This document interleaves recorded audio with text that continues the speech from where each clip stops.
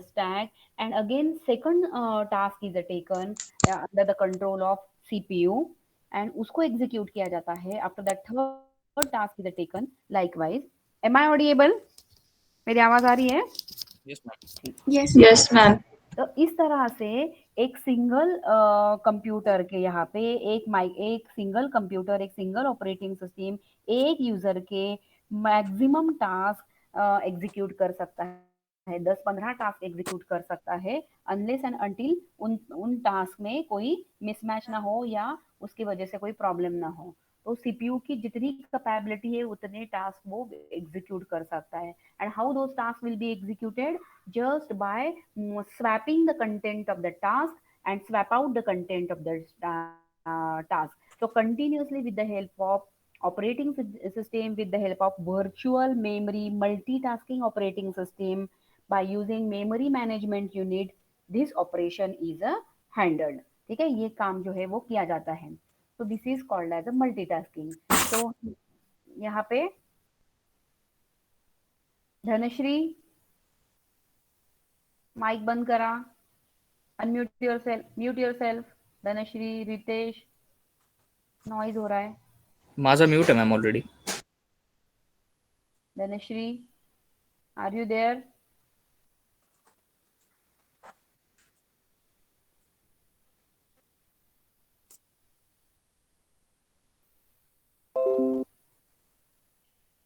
So, what are the terms we can use in multitasking? So, task is not a program.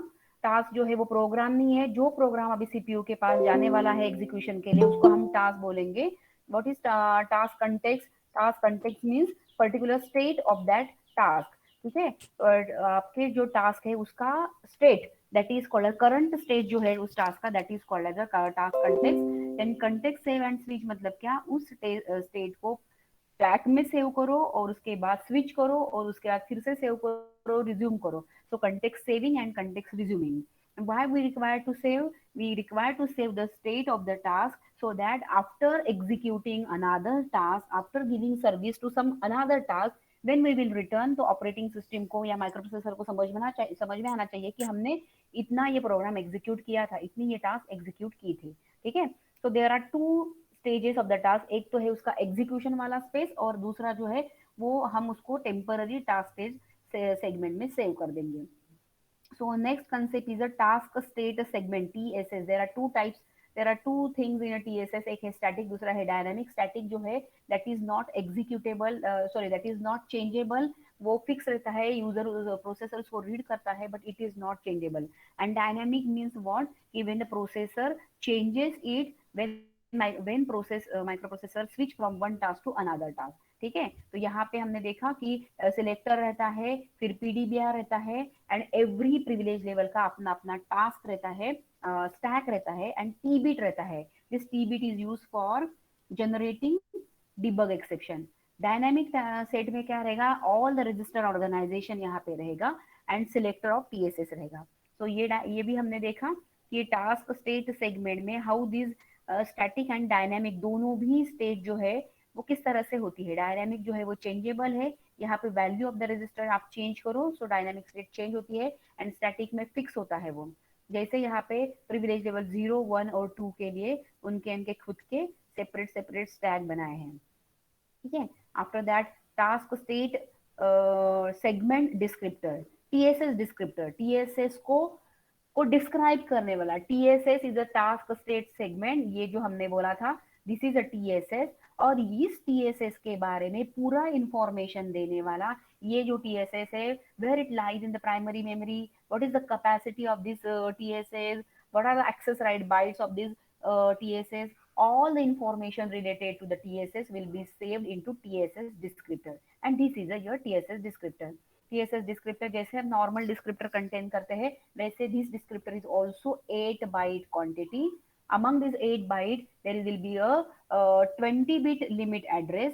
Why 20 bit? Because by using 20 bit memory address one can address up to 1 megabyte of, मतलब उसका जो maximum limit है वो 1 megabyte हो सकता है. ठीक है, एक मिनट. हाँ,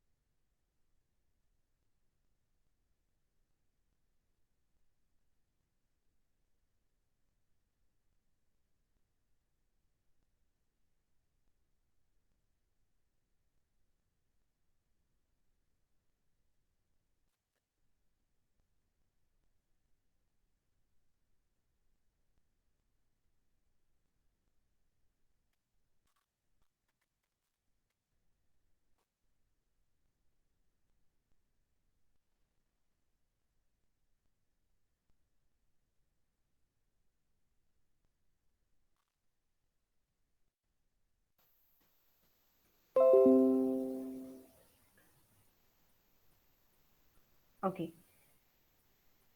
Am I audible? Yes, Yes, ma'am. yes, ma'am. Yes, Okay. ma'am. So this is a TSS. TSS is task state segment, ठीक है। तो ये जो है ये TSS है, तो इसका इसके बारे में जो भी इंफॉर्मेशन है that will be saved by this descriptor. So जैसे अपना नॉर्मल डिस्क्रिप्टर होता है जिसमें तीन चीजें रहती है, पहले तो रहता है बेस एड्रेस, दूसरा रहता है लिमिट और तीसरा रहता है access right byte. The base address indicate करता है कि द पर्टिकुलर चीज जिसको हम पॉइंट कर रहे हैं वो एक्चुअल फिजिकल मेमोरी में कहाँ पे है, ठीक है। And limit indicate that what is the maximum capacity, what is the last location जहाँ जिसके बाद इसका जो है लिमिट जो है वो चेंज हो जाएगा, उसका बाउंड्री क्या है। And next is the access right byte, जो आपको उस पर्टिकुलर चीज के बारे में या पर्टिकुलर रजिस्टर के सॉरी पर्टिकुलर सेगमेंट के बारे में पूरा एक्सेस करने के राइट्स प्रोवाइड करता है कि उसका टाइप क्या है, उसको आप एक्सेस कर सकते हो कि नहीं कर सकते हो। तो जैसे ना आपका नॉर्मल डिस्क्रिप्टर रहता है सेम वैसे ही ये डिस्क्रिप्टर है। This is a TSS descriptor. Naturally this descriptor will contain the information related to TSS. तो देखो यहाँ पे लिमिट फील्ड 0 to 15 और 16 to 19। So 20 bit limit field which will indicate the maximum capacity of the TSS segment. उसमें आप कितने bite store कर सकते हो, उसका लास्ट वाला लोकेशन क्या रहेगा, that will B indicated by this limit field. And when one of the person will try to access any location which will not beyond which is not under the limit of this star segment, then segment violation के rule जो है वो होंगे, मतलब segment violation के rule उसने तोड़े हैं ऐसा उसको इंस्ट्रक्शन आएगा एंड इस तरह से उसको प्रोटेक्शन प्रोवाइड किया जाएगा। Then this base address is a 32 bit base address, because आपका मेमोरी जो है उसका कैपेसिटी जो है वो 4 GB है। And if you want to address 4 GB you will require 32 bit address bus. So 0 to 15, 16 to 23 and 24 to 31, so this is a 32 bit base address and after that this is the access write byte। access write byte में AVL indicate that this TSS is available for use by system software। then B will indicate that this is a busy, this TSS is a busy if the value of B, यहाँ पे B लिखा है 11, अगर यहाँ पे वो 9 आ जाता है मतलब यहाँ पे 0 आ जाता है, तो इसका मतलब इस ये जो B बीट है यहाँ पे अगर 1 आता है तो उसकी वैल्यू हो जाएगी आपकी 1011। एंड 1011 मतलब क्या, 1 + 2 + 8, 1 + 2 + 8 मतलब वो हो जाएगा आपका 11। एंड 11 जो अगर वैल्यू है तो इसका मतलब है if the value of type field is 1 then उसका मतलब है कि it is a BG TSS. और यहाँ पे बी की जो वैल्यू है वो 0 आ जाती है, if BG flag is equal to 0 then इसका मतलब है कि this TSS is available for use. Okay, then उसके बाद डीपीएल मींस डिस्क्रिप्टर का प्रिविलेज लेवल क्या है, ये डिस्क्रिप्टर जिस सेगमेंट को पॉइंट कर रहा है उसका प्रिविलेज लेवल क्या है, ठीक है। ग्रैन्युलरिटी बिट इंडिकेट करता है कि पेज ग्रैन्युलर है या बाइट ग्रैन्युलर हमें कंसिडर करने हैं, ठीक है। तो उसके बाद नेक्स्ट है लिमिट, उसके बाद सेगमेंट प्रेजेंट है या नहीं प्रेजेंट है, ये सब चीजें, ठीक है। Available to the use, page granular है या बाइट ग्रैन्युलर है, मीन्स हम बाइट हम सिंगल सिंगल लोकेशन कंसिडर करेंगे या हम पेज 1 पेज 2 पेज 3 ऐसे पेजिंग में बात करने वाले हैं, ठीक है। हमारा एड्रेस कैसे होने वाला है that will be decided by this.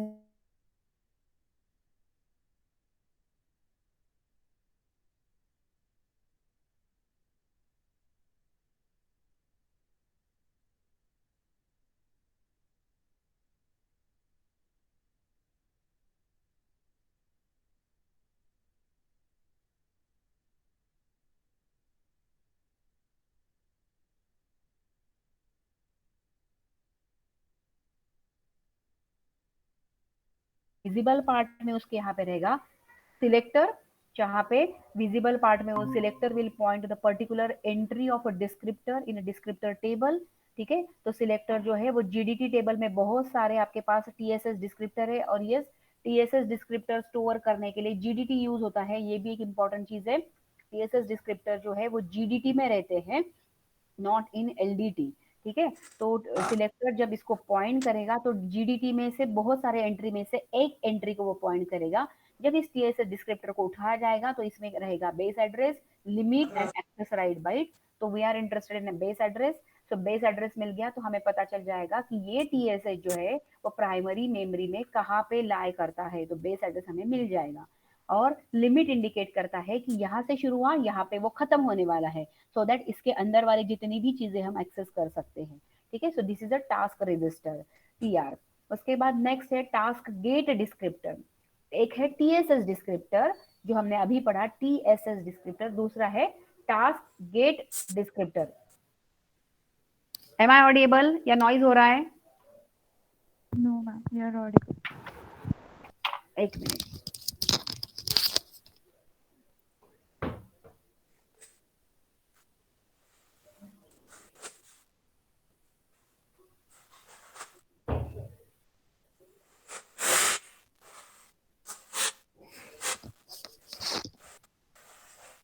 Task task gate descriptor, task gate descriptor, और हमने पहले पढ़ा था टीएसएस।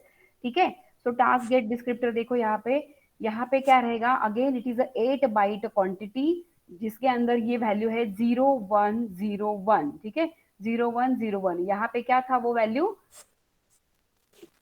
यहाँ पे वो था 1011 या 1001 था। ठीक है, मतलब या तो उसकी वैल्यू 9 रहेगी या तो उसकी वैल्यू 11 रहेगी। अगर उसकी वैल्यू 9 है तो इट इज नॉर्मल टीएसएस, और अगर इसकी वैल्यू 11 है तो it is a BG TSS और बाकी सब चीजें। अब ये जो है टास्क गेट डिस्क्रिप्टर, इसमें ये सब जो चीजें हैं वो नहीं है। ठीक है, यहाँ पे ये कोई भी चीज नहीं है, लिमिट नहीं है, बेस एड्रेस नहीं है, कुछ भी नहीं है। और यहाँ पे वैल्यू है 101। 101 मीन्स व्हाट, कौन सा नंबर ये है? 10113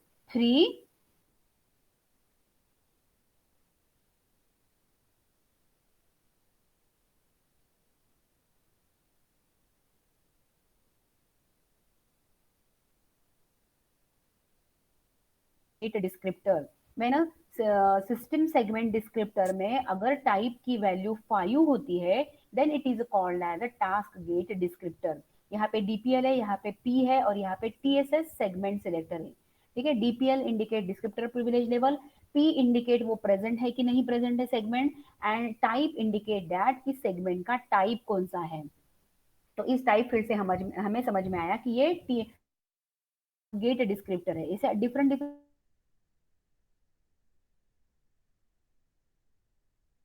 टास्क गेट डिस्क्रिप्टर का काम क्या है?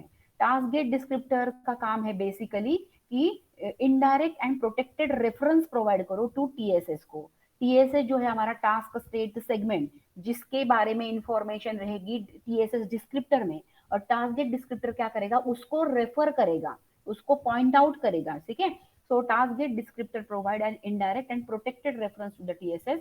ठीक है, so this is the format of task gate descriptor we have already seen. The selector field of task gate must refer to TSS descriptor. ये जो selector field है task gate का, ये वाला, this one। ठीक है, ये जो selector is a pointing to the descriptor। ठीक है, सो जो सिलेक्टर फील्ड है टास्क गेट का, उसने किसको पॉइंट करना चाहिए, उसने टीएसएस डिस्क्रिप्टर को रेफर करना चाहिए। And the value of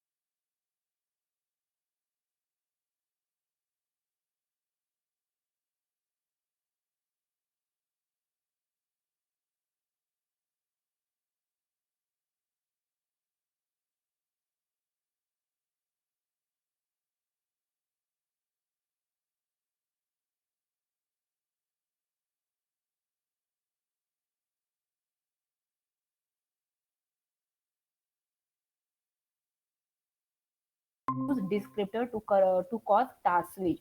So it totally depends upon the DPL field. So जो टास्क गेट है उसका जो डीपीएल फील्ड है माइक्रो प्रोसेसर उसको यूज करता है कि what is the value of DPL. अगर डीपीएल की वैल्यू 0 है और अगर वो टास्क स्विच करना चाहता है, suppose suppose this is my task जिसको पॉइंट करने वाला जो डिस्क्रिप्टर है उसका प्रिविलेज लेवल डीपीएल अगर है 3, तो it can perform task switch only to the task having DPL is equal to 3। बराबर है। अगर प्रिविलेज लेवल इसका 3 है तो ये टास्क स्विच कब से कर सकता है, जब दूसरे टास्क का भी प्रिविलेज लेवल उसके जैसा हो तब।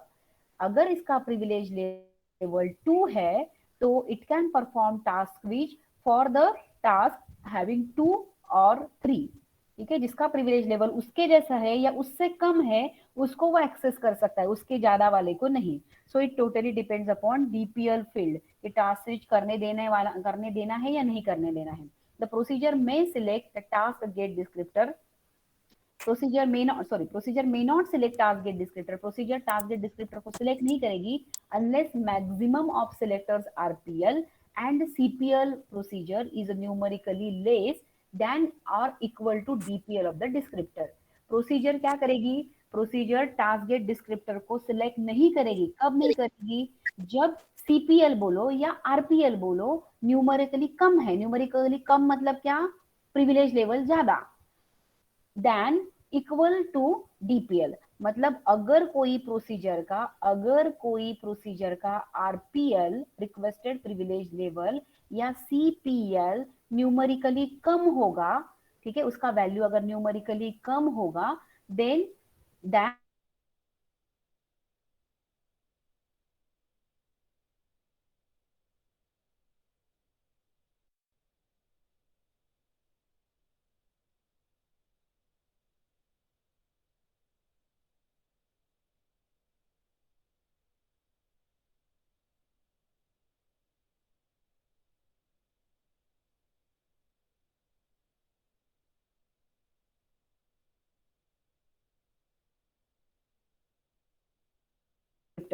ठीक है, तो वो बात आपको याद रखनी है। टास्क स्विचिंग कब होता है, सपोज ये आपका एलडीटी है, ये आपका आईडीटी है और ये आपका जीडीटी है।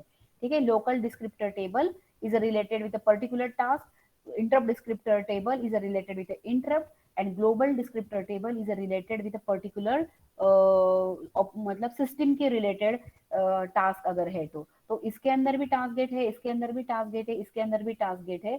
ठीक है, तो ये एलडीटी जो है वो जीडीटी के पास आएगा अगर कुछ भी काम करना है तो, और आईडीटी भी जो है वो भी जीडीटी के पास आएगा। बिकॉज हमने स्टार्टिंग में एक सेंटेंस देखा था कि टीएसएस डिस्क्रिप्टर जो होता है वो जीडीटी में ही रहता है and if anyone tries to access that value from LDT exception will be generated. तो ये यहाँ पे अगर रेफरेंस होता है तो दो सभी जो है वो जीडीटी के पास ही जाते हैं and from GDT the particular state segment का बेस एड्रेस वहां पे आइडेंटिफाई होता है।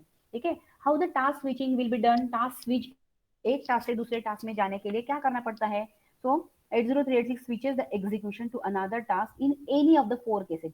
ये जो चारों जो नीचे लिखे हुए केस है उनमें से अगर कोई भी केस सक्सेसफुली एग्जीक्यूट होती है तो ही माइक्रो प्रोसेसर टास्क स्विच करेगा। टास्क स्विच म्हणजे काय, एक प्रोग्राम छोड़ के दूसरे प्रोग्राम में जाना या दूसरा कोई तो भी काम एग्जीक्यूट करना, that is called as the switching of task.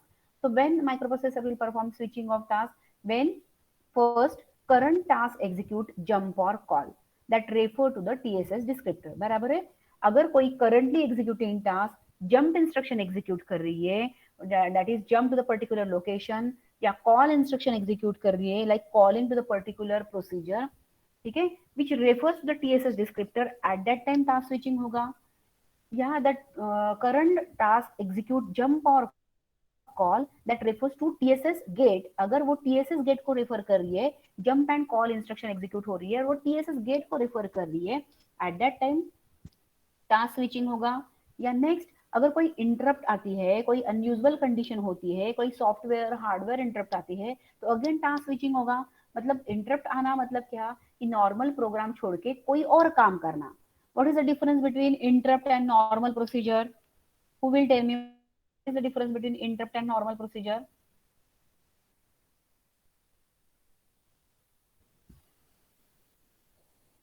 क्या डिफरेंस है इंटरप्ट और नॉर्मल प्रोसीजर में? Interrupt is again one of the type of procedure, ये आपका एडिशन का एक प्रोग्राम है।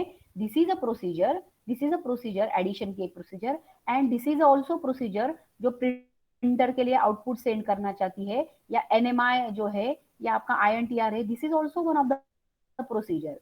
बट प्रोसीजर में डिफरेंस क्या है कि it is generated by someone external event, या आप मतलब ये जो है वो एक्सटर्नल इवेंट की वजह से आएगी, ये कोई सॉफ्टवेयर इंस्ट्रक्शन की वजह से आएगी, या अनयूजुअल कंडीशन की वजह से आएगी। ड्यू टू दैट म्यूपी अपना काम छोड़ के यहाँ पे आएगा। And this is what, this is a procedure which is written by user, and user want that micro processor या प्रोग्राम ने अपना काम छोड़ के ये काम करना है। डिफरेंस दोनों में इतना ही है कि ये नॉर्मल प्रोसीजर है और ये इंटरप्ट के रिलेटेड प्रोसीजर है। Whenever the interrupt occurs, and interrupt is generated with the help of processor, ठीक है, प्रोसेसर के जो पेरिफेरल डिवाइस है उनके थ्रू वो इंटरप्ट जनरेट होती है, ठीक है। तो अगर प्रोसीजर और नॉर्मल इंटरप्ट में क्या डिफरेंस है? प्रोसीजर इज ऑल्सो सब रूटीन, इंटरप्ट इज ऑल्सो सब रूटीन। प्रोसीजर में भी आपको एक छोटा प्रोग्राम एग्जीक्यूट करना पड़ता है, इंटरप्ट में भी आपको एक छोटा प्रोग्राम एग्जीक्यूट करना पड़ता है, लेकिन डिफरेंस इतना है कि जब भी आपका प्रोग्राम एग्जीक्यूट होते टाइम प्रोसीजर को कॉल करेंगे, म्यूपी डायरेक्टली स्टैक के पास जाके कंटेंट सेव करके उस प्रोसीजर के पास जंप करता है, ठीक है, उस प्रोसीजर के पास जंप करता है। लेकिन जब इंटरप्ट आती है तो म्यूपी स्टैक में वो कंटेंट सेव करने के बाद पहले आईवीटी के पास जाता है, और आईवीटी में उसको एड्रेस मिलता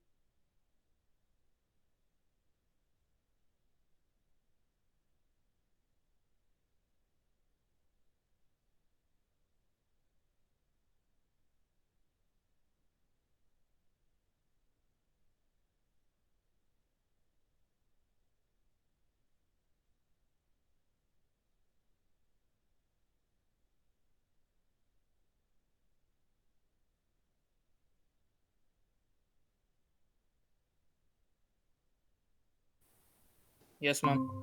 क्या डिफरेंस है नॉर्मल प्रोसीजर में और इंटरप्ट में? Ma'am, interrupt is generated by external device, and subroutine is a normal function or procedure which is inside the microprocessor. Interrupt is generated by external device, ऐसा नहीं है। Interrupt तीनों जगह से, तीनों अलग अलग टाइप की इंटरप्ट है। मैंने आपको बोला था कि इंटरप्ट जो है वो सिर्फ एक्सटर्नल डिवाइस ही नहीं जनरेट करता है। Interrupt can be software, interrupt can be Hardware and hardware, exception. Interrupt can be exception.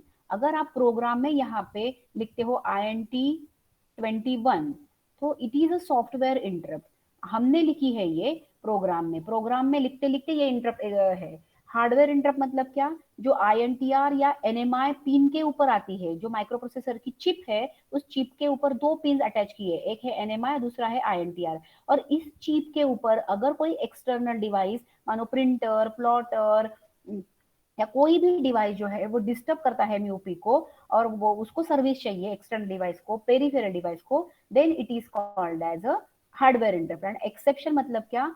कोई हार्डवेयर भी नहीं है, कोई सॉफ्टवेयर भी नहीं है, लेकिन प्रोग्रामर भी ने भी नहीं लिखी है ये, और डिवाइस ने भी नहीं जनरेट की है ये, प्रोग्राम करते करते कुछ अनयूजुअल कंडीशन हो जाएगी, रैम में की साइज खत्म हो जाएगी, पेजिंग जो है पेज अवेलेबल नहीं होगा, डिवाइस प्रेजेंट ही नहीं होगा, सेगमेंट का रूल तोड़ देंगे हम लोग, ऐसा कुछ अनयूजुअल कंडीशन। या सिंपल एग्जांपल मैंने बोला है एक्सेप्शन का, क्या है आपका? Divide by zero. अगर आप डिवाइड कर रहे हो बहुत बड़े नंबर को छोटे नंबर से, अगर मैं 2000 को डिवाइड कर रही हूँ 2 से, इंटरप्ट आती है तो मैं ISR रूटीन एग्जीक्यूट करूंगी। तो इस ISR में देयर विल बी, तो अभी मैं ये टास्क एग्जीक्यूट कर रही है, तो अभी ये मेरी टास्क हो गई, this is my current task, okay.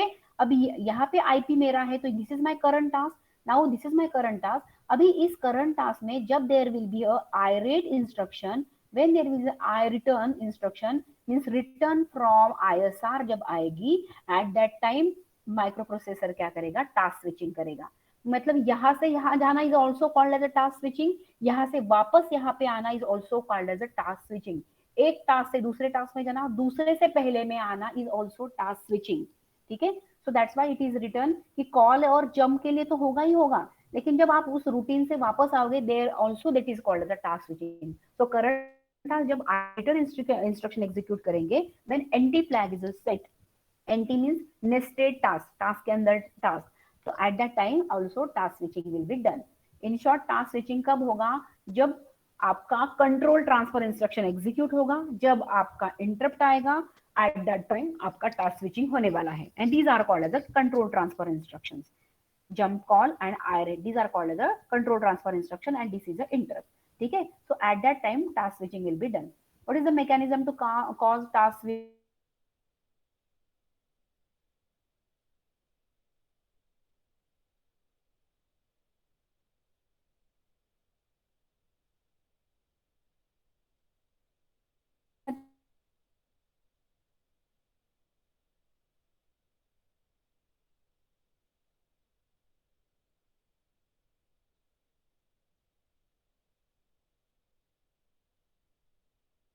I call मतलब फार कॉल प्रोसीजर या लॉन्ग कॉल प्रोसीजर दूसरे कोड सेगमेंट में, यूज ऑफ INTN, जैसे मैंने आपको बोला INT21, INT2, INT98, तो INTN इंस्ट्रक्शन जब एग्जीक्यूट करेगा microprocessor with the task gate, and use of IRET instruction when NT flag is set.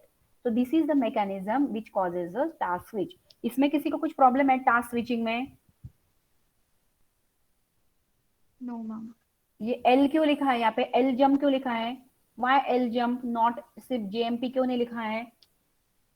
It means long jump because we have to jump from one task to another, and normal jump is used to move around in the same program. Yes, ठीक है, उसी programme के अंदर हम 4-5 location छोड़ के वहीं पे जंपिंग कर रहे हैं, लेकिन यहाँ पे क्या करना है, मुझे मेरी वाली प्रोसीजर छोड़ के कहीं और जंप करना है। That's why when L jump, when L call, and when INTN instruction is executed, when IRET instruction is executed, at that time 386 can perform task switching operation. So L jump and L call, these instructions are similar, they both make the use of selector, only difference क्या है, L jump is used for particular location में jump करने के लिए है, और L call जो है दूसरे प्रोसीजर में जंप करने के लिए, इतना ही डिफरेंस है, वो लेबल पे जंप करेगा, ये प्रोसीजर पे जंप करेगा। This instruction are similar, they both use the use of selector for TSS descriptor, ठीक है। जो आपका TSS डिस्क्रिप्टर था जिसमें लिमिट था 20 बिट का, जिसमें बेस था, जिसमें टाइप फील्ड था, DPL था और ये था, तो वैसे ही ये एल जंप, तो उसको पॉइंट करने के लिए ये L jump and L call use होंगे। अगर आपका 32 बिट का TSS है, तो अगर यहाँ पे टाइप की वैल्यू है 1001, तो इसका मतलब है कि इट इज अवेलेबल, और अगर टाइप की वैल्यू है 1011 मतलब क्या है, बी अगर है, तो उसका मतलब है कि this is a busy TSS। और 16 बिट TSS के लिए उन्होंने लिखा है अगर 1 है तो वो अवेलेबल है, और 3 है तो वो बिजी है। हम 32 बिट TSS पढ़ रहे हैं, तो इसलिए हमने 9 और B याद रखना है, ठीक है। सो कंटेक्स्ट स्विचिंग जो हमने कल देखा था, कंटेक्स्ट स्विचिंग मतलब क्या, स्टेट को सेव करो और उसके बाद रिज्यूम करो, ठीक है। So what is context switching? CPU can perform context switching to save the current value of all its register into the memory area, which is referred by a task register, ठीक है, and to load new values into all its register from memory area specified by new TSS selector. Just remember what is context switching. Context switching मतलब where a particular task want to switch from its current location to another location, at that time उसका जो current state है that will be saved into stack। मतलब जैसे मैंने बोला कि content of CS, content of IP, content of flag, all will be saved, ठीक है। तो CPU can perform context switching. Why context switching it perform? Because current value जो भी उनके रजिस्टर की जो भी करंट वैल्यू है वो सबको उसको सेव करना है, एंड वो रजिस्टर को आपको न्यू वैल्यू से लेना है, सो दैट नए टास्क में नए रजिस्टर, फ्रेश रजिस्टर रहेंगे। तो how this task switching operation can be done? ये टास्क स्विचिंग ऑपरेशन करने के लिए क्या करना पड़ता है? तो first step, checking that the current task is allowed to switch the designated task।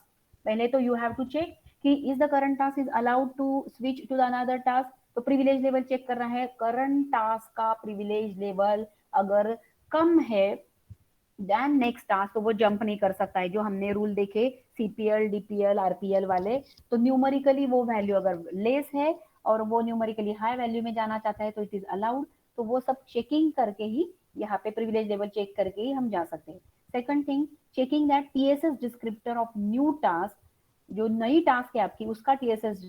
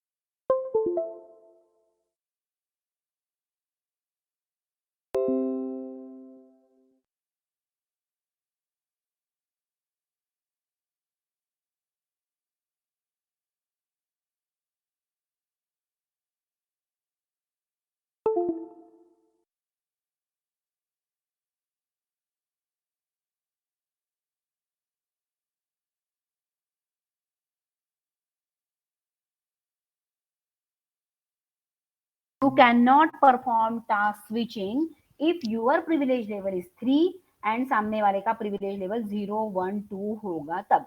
तो सबसे पहले तो ये चेक करना है कि करंट टास्क आप जो भी कर रहे हो, if you are running addition task, then is it allowed to you to switch to the designated task. Okay, अगर आपको अलाउड है तो यहाँ से आपका तो ओके क्लियर है। फिर नेक्स्ट देखो कि जहां पे जाने वाले हो वो टास्क फिजिकल मेमोरी में है भी या नहीं है।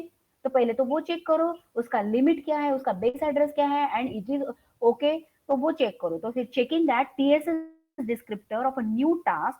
TSS descriptor means what? नए टास्क के बारे में डिस्क्रिप्शन देने वाला। डिस्क्रिप्शन दे के क्या देगा? उसका बेस एड्रेस क्या है, उसका लिमिट क्या है, और उसका टाइप क्या है। तो ये तीनों चीजें आप चेक करो, टीएसएस डिस्क्रिप्टर को चेक करो नए टास्क के, ठीक है। और वो पहले तो चेक करो कि वो जो है वो प्रेजेंट है क्या फिजिकल मेमोरी में, और उसका लिमिट वैलिड है क्या, ठीक है। वो चेक करने के बाद यहाँ first point is okay, second point is okay, then you can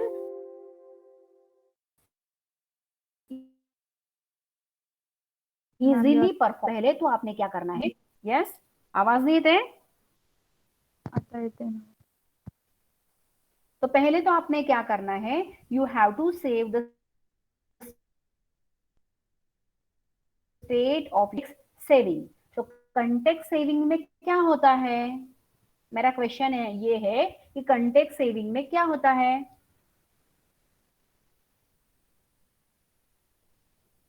Abhishek,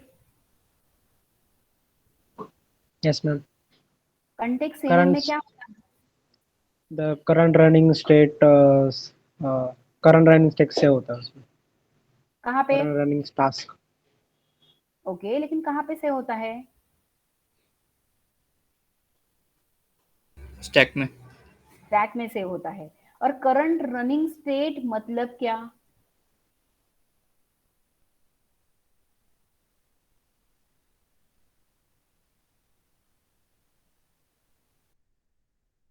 current running state content of code segment register, content of instruction pointer, contents of flag registers, और अगर आप लोगों को और कुछ रजिस्टर्स लगने वाले हैं वो सभी चीजें वहां पे से होता है, ठीक है। सो स्टेट मतलब क्या?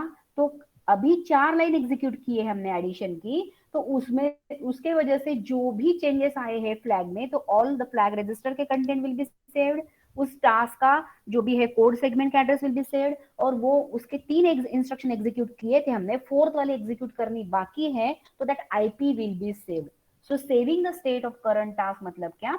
कंटेक्स्ट सेविंग मतलब contents of CS, content of IP, content of flag register will be saved. Now we are free to move to the next instruction. तो फिर हमारी काम क्या करना है? Load the task register with selector of incoming task TSS descriptor. तो what we will do? Then next task क्या करना है कि we have to reinitialize the content of task register.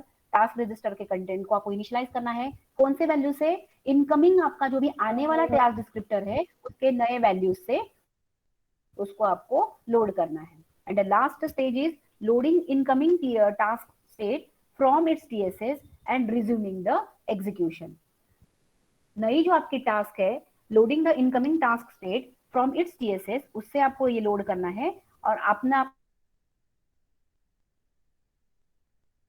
जो काम है वो रिज्यूम कर देना है, वो काम खत्म हो जाएगा, फिर से वापस आपको रिटर्न में आना है। So this is called as a task switching operation. It is done in following step. तो पहले है privilege level checking of current task, then limit and attribute and present bit checking of next task, then context saving, then loading the value of tr with a new tss, then executing that tss value, then again resuming the context and performing old task execution. So all this operations will be done by using task switching operation. तो ये सभी operation इस तरह से होता है।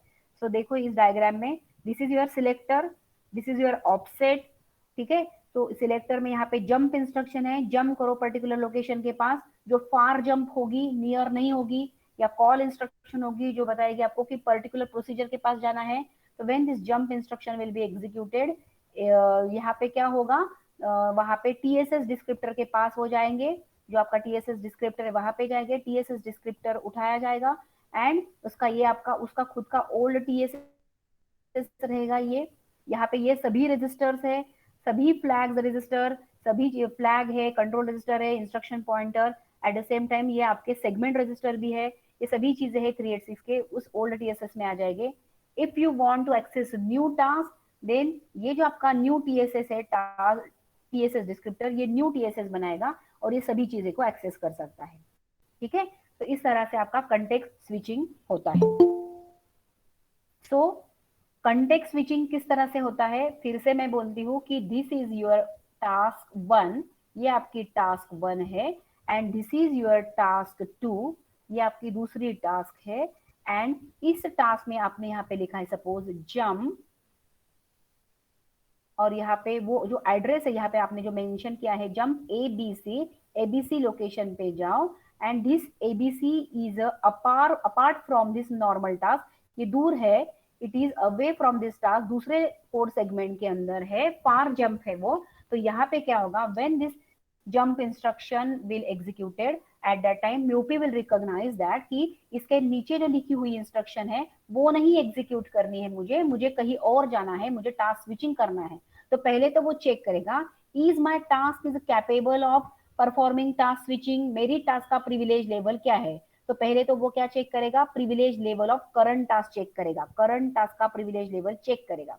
If current task का privilege level is numerically less है then privilege level of new task के प्रिविलेज लेवल से, then only jumping is allowed. Numerically less मतलब क्या, 0 1 अगर है तो वो 2 3 के यहाँ पे जंप कर सकती है, ठीक है।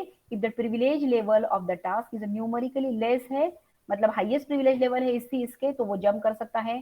सेकंड स्टेप क्या है कि न्यू टास्क का पी बीट चेक करो, उसका बेस फील्ड चेक करो, उसका और क्या है, उसका लिमिट फील्ड चेक करो कि वो जो टास्क है जहां पे मुझे जंप करना है वो प्राइमरी मेमोरी में है भी या नहीं है, उसका बेस एड्रेस क्या है, उसका लिमिट क्या है, ये सब चेक करने के बाद हम चेक करेंगे कि यहाँ पे सब थिंग ओके है कि नहीं। अगर ये थिंग ओके है, उसके बाद context saving will be done. Third step क्या है, कंटेक्स्ट को हमें क्या करना है, सेव करना है, कंटेक्स्ट विल बी सेव्ड। तो वहां पे क्या होगा कि अब ये जो इंस्ट्रक्शन हमने इतने इंस्ट्रक्शन एग्जीक्यूट किए थे, 1 2 3 4 5 जितने भी इंस्ट्रक्शन एग्जीक्यूट किए थे, वो जो भी रजिस्टर के कंटेंट है पूरा का पूरा रजिस्टर जो है यहाँ पे सेव हो जाएंगे। CS will be saved, IP will be saved, flag register will be saved, और अगर आपको कुछ सेव करना है जो भी टेम्पररी रजिस्टर है आपके AX BX CX जिनमें भी इस इतने प्रोग्राम के वजह से चेंजेस आए हैं, all that will be saved. This is called as a context saving. So that अपने पास सिर्फ यही रजिस्टर है, हम इसको ही यूज कर सकते हैं। तो ये रजिस्टर अभी हम आराम से यूज कर सकते हैं बिकॉज इन रजिस्टर के कंटेंट यहाँ पे सेफली कस्टडी में सेव्ड है। आफ्टर दैट नेक्स्ट स्टेप क्या है कि रिलोड करना है हमें द कंटेंट ऑफ, हमें क्या करना है, रिलोड करना है। किसको रिलोड करना है, टास्क रजिस्टर को। किससे, न्यू टीएसएस से। जो आपकी ये टास्क है उसका जो भी टीएसएस डिस्क्रिप्टर रहेगा, टास्क स्टेट डिस्क्रिप्टर, उसके नए वैल्यू से हमें इस टीआर को रीलोड करना है। After that what we have to do, we have to perform normal execution, जो भी एग्जीक्यूशन करना है वो करते रहना है। After that when there will be NT bit की वैल्यू अगर 1 है, nested task is allowed. I return instruction अगर है यहाँ पे कि आपको रिटर्न हो जाना है, या रिटर्न इंस्ट्रक्शन है यहाँ पे, जो भी कुछ भी होगा, तो अगेन माइक्रो प्रोसेसर क्या करेगा, it will resume the state. वो क्या करेगा, अपनी जो स्टेट उसने सेव करके रखी थी उसको फिर से यहाँ से वो रिज्यूम करेगा। 6 स्टेप में माइक्रो प्रोसेसर स्टैक के कंटेंट फिर से उठा के फिर इसमें जाके अपना अपना प्रोग्राम फिर से रन करेगा। It is allowed only when NT is equal to 1 and TS is equal to 1.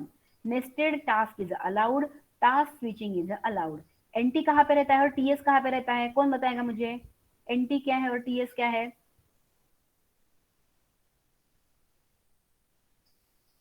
कहाँ पे रहता है एनटी और कहाँ पे रहता है TS? NT is a flag. NT जो है आपका फ्लैग है, फ्लैग रजिस्टर में से एक फ्लैग बीट है जो बताता है आपको कि नेस्टेड टास्क करना है। And TS is a task switching, मतलब एक टास्क से दूसरे टास्क में आप जा सकते हो। It is available in control register, ठीक है। So it is available in control register. Task switching जो है वो कंट्रोल रजिस्टर में अवेलेबल है। Are you getting? Yes, ma'am. ठीक है, तो यहाँ तक हमारा कंटेक्स्ट स्विचिंग हो गया है। इन शॉर्ट वही थिंग्स जो है, वही कंसेप्ट जो है वो बार बार रिपीट रिपीट रिपीट वही आ रहे हैं, तो इस तरह से हमारा कंटेक्स्ट स्विचिंग हो जाएगा। ठीक है, अभी आप एक काम करो, आपके जो भी, एक मिनट, आपके रोल नंबर जो है आप ये चैट बॉक्स में फटाफट डाल दो प्रेजेंटी के लिए। मेरा प्रेजेंट अटेंडेंस ऐप वर्क नहीं कर रहा है।